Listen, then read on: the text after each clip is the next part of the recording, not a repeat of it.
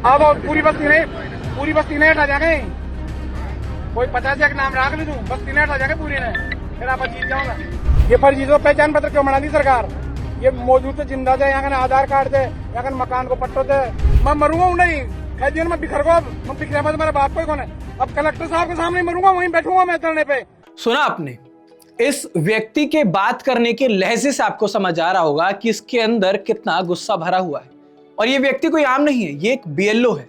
जी हाँ, बीएलओ कीर्ति कुमार इनका नाम है। एक सरकारी स्कूल टीचर जो दिन भर बच्चों को पढ़ाता है, रात को चुनाव आयोग का बीएलओ बन के काम करता है। और अचानक से वो इतना टूट जाता है कि ये कह रहा है कि मैं कलेक्टर ऑफिस जाकर वहीं आत्महत्या कर लूंगा। ये कोई फिल्म का सीन नहीं है, ये राजस्थान के जयपुर के हवा महल विधानसभा की सच्चाई है। जनवरी 2026 में एक बीएलओ कीर्ति कुमार का ये वीडियो वायरल हुआ। इसमें वो बीजेपी नेताओं पर आरोप लगा रहे हैं कि 470 मुस्लिम वोटर्स के नाम मतदाता सूची से हटाने का दबाव मुझ पर बन रहा है। आखिरकार क्यों? क्योंकि 2023 में बीजेपी ने यहां पर सिर्फ 974 वोटों के मार्जिन से जीत हासिल की थी। अब इसके पीछे की पूरी कहानी क्या है, हम आपको बिल्कुल डीपली जाकर समझाएंगे कि क्या यह वोट चोरी की साजिश है या फिर एसआईआर प्रक्रिया लोकतंत्र को कमजोर कर रही है। और सबसे बड़ा सवाल, बीएलओस की जान क्यों जा रही है? नमस्कार, मेरा नाम ऋतिक ठाकुर और आप इस वक्त द हिंदी टॉप देख रहे हैं। दोस्तों, ये व्यक्ति एक बीएलओ है, इनका नाम कीर्ति कुमार है। सरकारी स्कूल में अंग्रेजी टीचर, हवा महल सीट के बीएलओ। ये एसआईआर प्रक्रिया कर रहे हैं, यानी कि स्पेशल इंटेंसिव रिवीजन, मतदाताओं के सूची का गहन पुनरीक्षण। एसआईआर में बीएलओस घर घर जाकर के फॉर्म भरवाते हैं, सभी को पता है, वेरीफाई करते हैं, नामों को जोड़ा जाता है, डिलीट किया जाता है। लेकिन कीर्ति कुमार के बूथ पर 470 आपत्तियां आई, ज्यादातर मुस्लिम वोटर्स के खिलाफ। अभी आपत्तियां बीजेपी के बूथ लेवल एजेंट्स ने दी। कीर्ति कहते हैं कि ये वोटर्स पहले ही एसआईआर में वेरीफाई हो चुके थे। अब 2 दिनों में 470 फॉर्म प्रोसेस करने का दबाव है।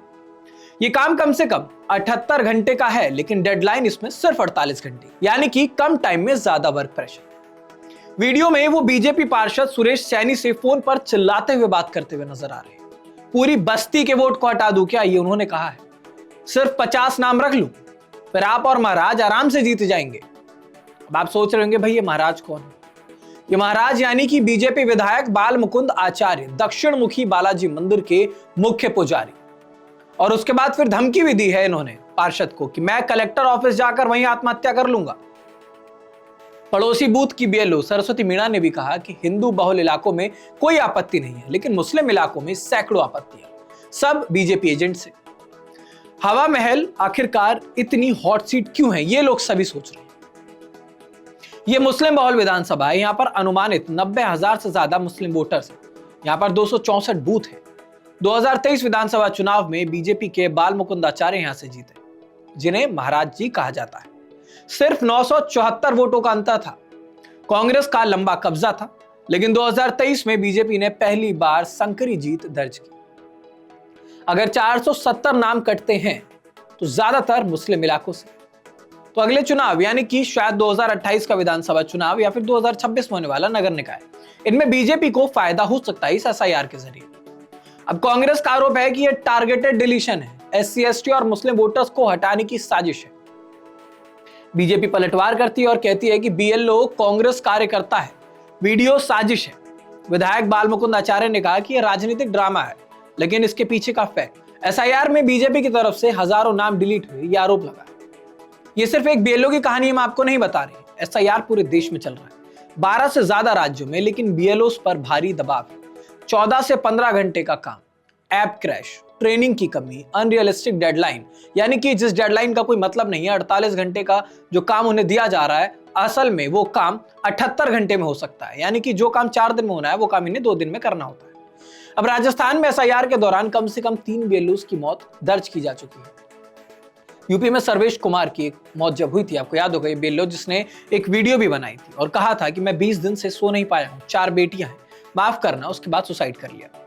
बंगाल, केरल, गुजरात में भी मौत हुई। अल जजीरा से लेकर बीबीसी की रिपोर्ट तक ये बीएलओ भारत में कितने ज्यादा प्रताड़ित हो रहे हैं, इन सभी ने इसकी आवाज उठाई। पर इलेक्शन कमीशन कहता है कि भाई ये तो नॉर्मल काम है, मौतें अनफॉर्चुनेट है। विपक्ष कहते हैं, ममता बनर्जी, अशोक गहलोत, राहुल गांधी की एसआईआर की टाइमिंग एकदम संदिग्ध है।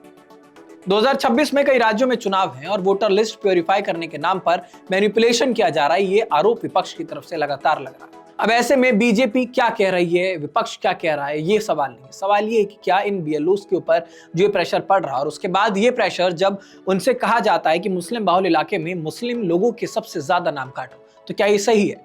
क्या आपको नहीं लगता कि ये वोट बैंक को प्रभावित करने की एक अच्छी खासी साजिश है? इस वीडियो पर आपकी क्या राय बनती है, हमें कमेंट बॉक्स में जरूर बताइए। साथ ही साथ द हिंदी टॉप चैनल को सब्सक्राइब कर लें।